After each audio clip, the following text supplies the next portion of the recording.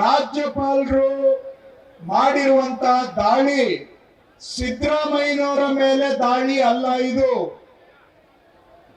ಕಾಂಗ್ರೆಸ್ ಸರ್ಕಾರದ ಮೇಲೆ ದಾಳಿ ಅಲ್ಲ. ಇದು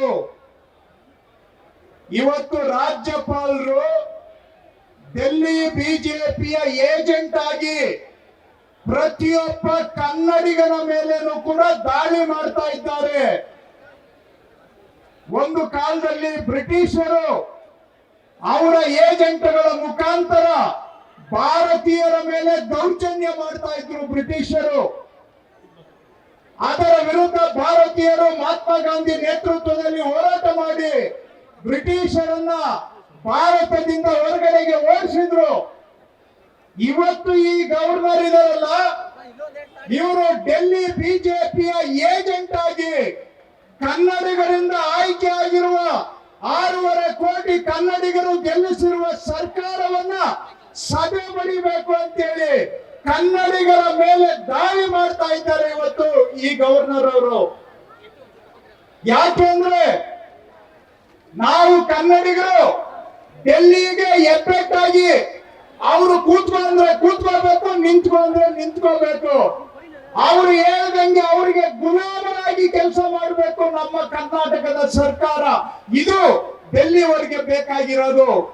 ಆದ್ರೆ ನಿಮ್ಮ ಕಾಂಗ್ರೆಸ್ ಸರ್ಕಾರ, ಕನ್ನಡಿಗರು ಆಯ್ಕೆ ಮಾಡಿರುವಂತಹ ಸರ್ಕಾರ ಇವತ್ತು ಕನ್ನಡಿಗರ ಪರವಾಗಿ ಗಟ್ಟಿಯಾದಂತ ನಿಲುವನ್ನು ನಾವು ತಗೊಂಡಿದ್ದೇವೆ ಸಿದ್ದರಾಮಯ್ಯನವರ ನೇತೃತ್ವದಲ್ಲಿ. ನಮ್ಮ ತೆರಿಗೆಯಲ್ಲಿ ನಮಗೆ ಪಾಲು ಬರಬೇಕು ಅಂತ ನಮ್ಮ ಹಕ್ಕಿಗೆ ಹೋರಾಟ ಮಾಡ್ತಾ ಇದ್ದೇವೆ. ಕಾವೇರಿ ವಿಷಯದಲ್ಲಿ, ಹಾಗೆ ಕೃಷ್ಣಾ ವಿಷಯದಲ್ಲಿ, ತುಂಗಭದ್ರಾ ವಿಷಯದಲ್ಲಿ, ಮಾದಾಯಿ ವಿಷಯದಲ್ಲಿ ಕರ್ನಾಟಕದ ಪರವಾಗಿ ಸಿದ್ದರಾಮಯ್ಯನವರ ನೇತೃತ್ವದಲ್ಲಿ ಹೋರಾಟ ಮಾಡ್ತಾ ಇದ್ದೇವೆ. ಇದನ್ನ ಸಹಿಸೋದಿಕ್ಕೆ ಆಗದೆ ಇವತ್ತು ಜನ ಕನ್ನಡಿಗರಿಂದ ಆಯ್ಕೆ ಆಗಿರುವಂತಹ ಕನ್ನಡಿಗರ ಸರ್ಕಾರವನ್ನ ಬುಡಮೇಲು ಮಾಡಬೇಕು ಅಂತೇಳಿ ಬಿಜೆಪಿ ಅವರು ಈ ಗವರ್ನರ್ ಅನ್ನ ಉಪಯೋಗಿಸಿಕೊಂಡು ನಮ್ಮ ಸರ್ಕಾರವನ್ನ ಬುಡಮೇಲು ಹೊರಟಿದ್ದಾರೆ. ಇವತ್ತು ಪ್ರಜಾವಾಣಿ ಪೇಪರ್ ಅಲ್ಲಿ ಬರೆದಿದ್ದಾರೆ, ಹೋದ ಬಾರಿ ಆಪರೇಷನ್ ಲೋಟಸ್ ಮಾಡಿ ದುಡ್ಡು ಖರ್ಚು ಮಾಡಿ ಶಾಸಕರನ್ನ ಖರೀದಿ ಮಾಡಿ ಜನಗಳ ಸರ್ಕಾರವನ್ನ ಬೀಳಿಸಿ ಬಿಜೆಪಿ ಅಧಿಕಾರ ಕಿತ್ಕೊಂಡಿತ್ತು.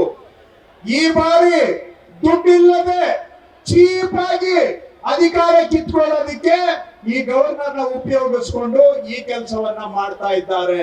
ದಯವಿಟ್ಟು ತಾವು ಅರ್ಥ ಮಾಡ್ಕೋಬೇಕು.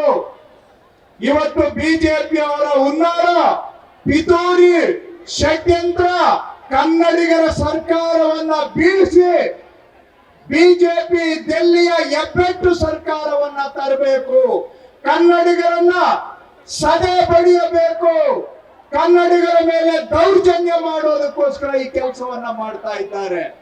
ಇಲ್ಲ ಅಂತ ಹೇಳಿದ್ರೆ ಇವ್ರಿಗೇನಾದ್ರೂ ಕಾನೂನು ಪ್ರಕಾರ ಕೆಲಸ ಮಾಡಬೇಕಾದ್ರೆ ಗವರ್ನರು, ಕೇಂದ್ರ ಸರ್ಕಾರದವರೇ ಈ 17A ಅಲ್ಲಿ ಪರ್ಮಿಷನ್ ಕೊಡ್ಬೇಕಾದ್ರೆ ಯಾವ ತರ ಕೊಡ್ಬೇಕು ಅಂತ ಅವರೇ ಒಂದು ನಿಯಮಾವಳಿ ಕಾನೂನನ್ನ ಮಾಡಿದ್ದಾರೆ. ನಾನು ಮೊನ್ನೆ ಪತ್ರಿಕಾ ಮಾಧ್ಯಮದಲ್ಲಿ ಅದನ್ನ ತೋರಿಸಿದೆ. ಇದು ಸೆಂಟ್ರಲ್ ಗವರ್ಮೆಂಟ್ ನ ಆದೇಶ. ಇದರಲ್ಲಿ ಒಬ್ಬ ಗವರ್ನರ್ ಅನುಮತಿ ಕೊಡಬೇಕಾದ್ರೆ ಲೋಕಾಯುಕ್ತದಿಂದ ಅವರಿಗೆ ರಿಕ್ವೆಸ್ಟ್ ಬರಬೇಕು, ಇಲ್ಲ director general of police DGP ಇಂದ ಬರಬೇಕು, ಒಂದು ಪ್ರಾಥಮಿಕ ತನಿಖೆ ಆಗಬೇಕು, ತನಿಖೆಯಲ್ಲಿ ತಪ್ಪಾಗಿದೆ ಅನ್ನೋದು ಕಂಡು ಬರಬೇಕು, ಆವಾಗ ಮಾತ್ರ ಗವರ್ನರ್ ಪರ್ಮಿಷನ್ ಕೊಡಬೇಕು ಅಂತೇಳಿ ಸೆಂಟ್ರಲ್ ಗವರ್ಮೆಂಟ್ ನ ಆರ್ಡರ್ ಇದೆ. ಆದ್ರೆ ಇವತ್ತು ಈ ಗವರ್ನರ್ ಈ ಆದೇಶವನ್ನ ಗಾಳಿಗೆ ತೂರಿ ಸಂವಿಧಾನಕ್ಕೆ ಅಪಚಾರ ಮಾಡಿ ಈ ಕಾನೂನಿನ ವಿರುದ್ಧವಾಗಿ ಯಾರೋ ದಾರಿಯಲ್ಲಿ ಒಬ್ಬ ಮನುಷ್ಯ ಸುಪ್ರೀಂ ಕೋರ್ಟ್ ಅಲ್ಲಿ ಚೀಮಾರಿ ಹಾಕ್ಸ್ಕೊಂಡಿದ್ದಾನೆ, ಸುಪ್ರೀಂ ಕೋರ್ಟ್ ಅಲ್ಲಿ ಜುಲ್ಮಾನೆ ಕೊಟ್ಟಿದ್ದಾನೆ. ಅಂತ ಮನುಷ್ಯನ ಹತ್ರ ಅರ್ಜಿ ತಗೊಂಡ್ಬಿಟ್ಟು ಇವತ್ತು ಕರ್ನಾಟಕದ ಜನ ಆಯ್ಕೆ ಮಾಡಿರುವಂತ ಸಿದ್ದರಾಮಯ್ಯನವರನ್ನ ಏನಾದ್ರೂ ಮಾಡಿ ಕೆಳಗಿಳಿಸಬೇಕು ಅಂತೇಳಿ ಅವರ ವಿರುದ್ಧ ಪರ್ಮಿಷನ್ ಕೊಡ್ತಾರೆ. ಒಂದು ಅರ್ಥ ಮಾಡ್ಕೊಳ್ಳಿ, ಈ ಗವರ್ನರ್ ಕೊಟ್ಟಿರುವಂತ ಅನುಮತಿ ಇಲ್ಲೀಗಲ್ ಇಲ್ಲಿಗಲ್ ಆರ್ಡರ್, ಅದು ಸಂವಿಧಾನಕ್ಕೆ ವಿರುದ್ಧವಾಗಿರೋ ಕೆಲಸ ಈ ಗವರ್ನರ್ ಮಾಡಿರೋದು. ಹಾಗಾಗಿ ಅವರು ಘನತೆವೆತ್ತ ರಾಜ್ಯಪಾಲರು ಆಗಲ್ಲ. ಸಂವಿಧಾನಕ್ಕೆ ಅಪಚಾರ ಮಾಡಿದವ್ರಿಗೆ, ಸಂವಿಧಾನಕ್ಕೆ ವಿರುದ್ಧವಾಗಿ ಕೆಲಸ ಮಾಡಿದವ್ರಿಗೆ ನಾವೇ ಘನತೆವೆತ್ತೋರು ಅಂತ ಹೇಳಕ್ಕೆ ಸಾಧ್ಯನಾ?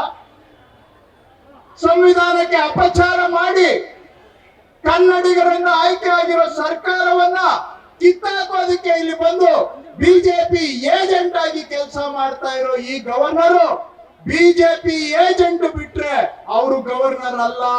ಗವರ್ನರ್ ಆಗಿ ಮುಂದುವರಿಯೋದಕ್ಕೆ ನಾಲಾಯಕ್ ಈ ಗವರ್ನರ್. ಹಾಗಾಗಿ ಹೇಳಿ, ನಾಲಾಯಕ್ಕು ಗವರ್ನರ್ಗೆ,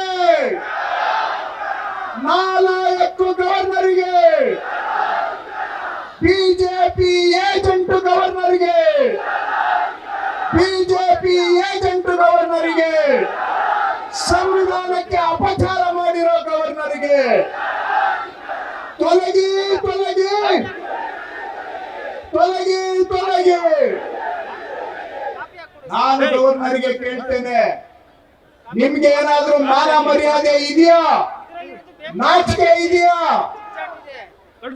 ನಿಮ್ಗೆ ಏನಾದ್ರೂ ಸಂವಿಧಾನದ ಬಗ್ಗೆ ಗೌರವ ಇದೆಯಾ? ನಿಮ್ಗೆ ಇದ್ರೆ ಇವೆಲ್ಲ ಒಂದು ಕುಮಾರಸ್ವಾಮಿ ಮೇಲೆ ಲೋಕಾಯುಕ್ತದವರು ಪರ್ಮಿಷನ್ ಕೇಳಿದ್ದಾರೆ ತಮ್ಮ ಹತ್ರ, ಜನಾರ್ದನ್ ರೆಡ್ಡಿ ಮೇಲೆ ಲೋಕಾಯುಕ್ತ ಅವರು ಪರ್ಮಿಷನ್ ಕೇಳಿದ್ದಾರೆ, ಶಶಿಕಲಾ ಜೊಲ್ಲೆ ಅವರ ಮೇಲೆ ಲೋಕಾಯುಕ್ತ ಅವರು ಪರ್ಮಿಷನ್ ಕೇಳಿದ್ದಾರೆ, ಮುರುಗೇಶ್ ನಿರಾಣಿ ಮೇಲೆ ಲೋಕಾಯುಕ್ತದವರು ಪರ್ಮಿಷನ್ ಕೇಳಿದ್ದಾರೆ. ಲೋಕಾಯುಕ್ತ ಸಂಸ್ಥೆ ತನಿಖೆ ಮಾಡಿ ಕುಮಾರಸ್ವಾಮಿ ಅವರು ತಪ್ಪು ಮಾಡಿದ್ದಾರೆ, ಮುರುಗೇಶ್ ನಿರಾಣಿ ತಪ್ಪು ಮಾಡಿದ್ದಾರೆ, ಶಶಿಕಲಾ ಜೊಲ್ಲೆ ತಪ್ಪು ಮಾಡಿದ್ದಾರೆ, ಜನಾರ್ದನ ರೆಡ್ಡಿ ತಪ್ಪು ಮಾಡಿದ್ದಾರೆ ಅಂತ ಲೋಕಾಯುಕ್ತದವರು ನಿಮ್ಗೆ ವರದಿ ಕೊಟ್ಟಿದಾರಲ್ಲ, ಅವ್ರ ಮೇಲೆ ಕೇಸ್ ಹಾಕೋದಿಕ್ಕೆ ಪರ್ಮಿಷನ್ ಕೊಡಿ ಅಂತ ಕೇಳಿದಾರಲ್ಲ, ಇದನ್ನ ಕೆಳಗಡೆ ಹಾಕೊಂಡು ಯಾಕೆ ಕೂತಿದ್ದೀರಿ? ನೀವು ಗವರ್ನರ್ ಆಗಿರೋದು ಸಂವಿಧಾನದ ಕೆಳಗಡೆ ಕೆಲಸ ಮಾಡೋದಕ್ಕ, ಬಿಜೆಪಿಯ ಪೊಲಿಟಿಕಲ್ ಏಜೆಂಟ್ ಆಗಿ ಕೆಲಸ ಮಾಡಕ್ಕ? ಉತ್ತರ ಕೊಡಬೇಕು ಗವರ್ನರ್.